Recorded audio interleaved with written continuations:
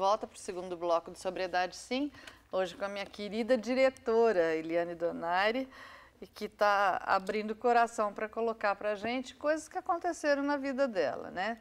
E no primeiro bloco ela dizia do envolvimento do pai com o álcool, quando ela era ainda muito criança. E isso foi acompanhando a vida de vocês. Foi. Aí você foi ficando moça e foi percebendo mais essa situação. Te atrapalhava o fato de levar suas amigas em casa, alguma coisa assim? Ou ele não chegava a ficar no ponto de ser inconveniente, alguma coisa assim? Eu acho que sem educação, por exemplo, ele nunca foi. Era o contrário, ele ficava muito melado. Sei. Né? Então, literalmente, assim. Mas de tratar bem, ele sempre foi muito carinhoso. Então, lógico, as pessoas percebiam que ele não estava normal. Mas, assim, vergonha, eu acho que eu não tinha, não. E você... Depois veio o namorado, né? E aí... Aí, graças a Deus, eu encontrei uma pessoa que topou isso tudo, né? Porque daí não era fácil. Você daí, é filha única também, né? Filha única. E aí, com o namorado era diferente, eu já não tratava como tratava as amigas, né? O namorado, ele já era mais ciumento. Apesar de, um pouquinho pra frente, aí tratar como um filho e tudo mais, mas... havia algumas brigas, né? Então, implicâncias e tudo mais. Então, não era fácil. Mas, graças a Deus, aí, hoje, meu marido, ele topou isso porque também eu percebia que ele queria que desse certo. Não só por mim, mas pelo meu pai, uma pessoa que ele aprendeu a gostar. Então, graças a Deus, eu tive uma pessoa... Foram 8 anos de namoro, né? Então... Você demorou para resolver a situação, hein, meu filho? A gente demorou e hoje eu fico pensando se talvez não tem... uma relação com essa questão da codependência, porque não era fácil, filha única, pensar e agora? Eu vou sair de casa, aí minha mãe já tinha tido um tempo atrás, um despertar, e aí ela parou totalmente com a bebida, que até então ela bebia pouco, não era como ele. Bebia realmente socialmente. E aí passou a querer que ele não bebesse mais, lógico, né, porque... Então, a situação já era diferente. Então, ela sofria, e aí ela ia ficar sofrendo sozinha, né? Com o meu casamento, por exemplo, eu saindo de casa, ela ia sofrer sozinha. Exato. Então, aquela codependência. Ela não ia ter agora, com quem dividir, né? Não ia. Eu vou sair e vou ver minha vida e deixar, não só a minha mãe, porque eu sempre enxerguei o meu pai, principalmente depois, lá pra frente, antes de casar, a gente conheceu o AA, né? Porque teve um dia que eu cheguei da faculdade, minha mãe estava na esquina e falou... fora de casa, e ela falou, eu não aguento mais, eu vou, não tem como, eu vou me separar. Eu falei, mãe, sempre espera, deve ter uma saída, uma solução.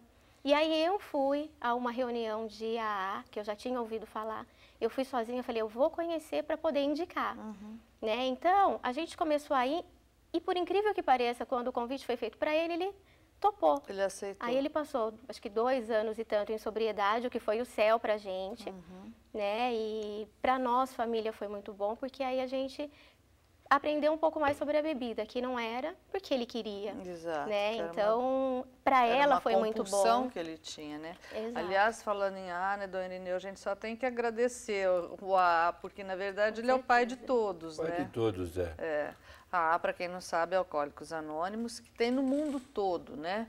E foi criado pelo Bill, que uma vez, numa internação, teve um despertar espiritual e... quando ele saiu de lá, ele criou o grupo de alcoólicos. Mas conta para mim um pouquinho, você como tem participado de todas as entrevistas da Pastoral da Sobriedade, o que a Pastoral da Sobriedade ofereceu para você de mais positivo?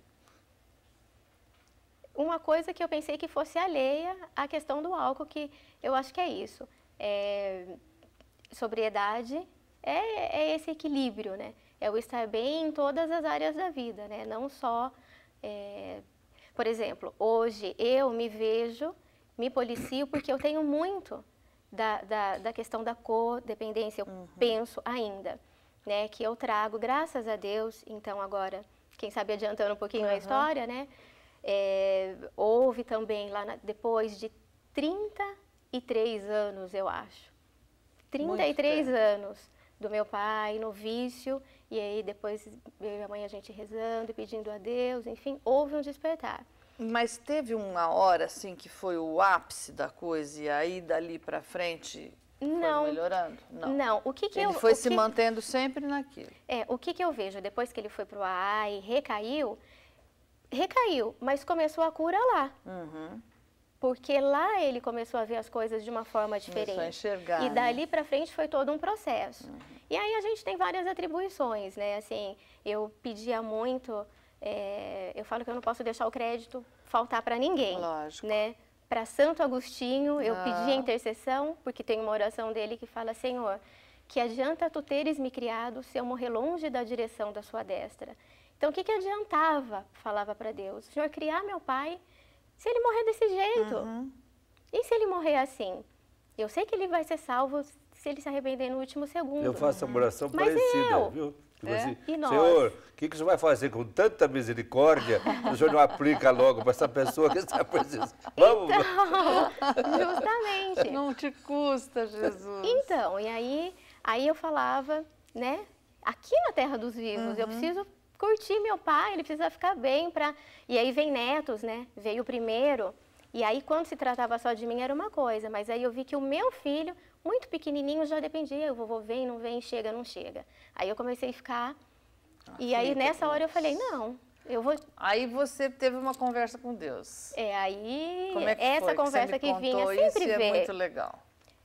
Teve um dia que eu estava aqui e aí minha mãe me ligou falando, fazia parte já de um processo, né? E ele ficou muito mal no final.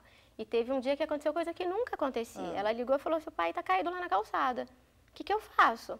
E ela estava eu tinha feito uma cirurgia. Falei, eu aqui. Ela lá em outra cidade, aqui perto, mas eu estava no serviço. Mãe, vai lá, pede ajuda para vizinho. Todo mundo tem problema, não tenha vergonha. Põe ele para dentro. E assim ela fez. E aí a gente tem a graça de ter o Santíssimo aqui, né? A capela, e eu fui lá e falei, Senhor, sabe, eu não acredito que seja a sua vontade para o meu pai ficar assim, para ninguém, é filho. Então, e me veio, eu falei, como o Senhor ressuscitou a filha de Jairo, vai lá reerguer aquele homem, né? Ressuscita ele. E fiquei chorando lá, porque estava aqui, ela lá, sem poder ajudar. Aí tinha a Bíblia, eu falei, não, deixa eu ver o que Deus está falando. Não, a palavra de Deus é sempre conforto, né? Certo. Então eu abri e vou meditar sobre uma coisa. Caiu justamente a ressurreição da filha de Jairo. É demais, Então, né? aí eu liguei para minha mãe naquela hora e falei, mãe, se apropria, tá feia a coisa aí, mas fica feliz porque hoje começou assim a graça, a cura dele foi hoje. A partir daí, teve uns 2 meses mais, mas aí teve todo um despertar espiritual, problemas de saúde, que juntou tudo numa coisa, e aí faz já, acho que 6 anos, não sei, porque daí a gente perde a noção do tempo. Você vai ter coragem de sair daí? Tem mais. Fica aí que a gente volta já já.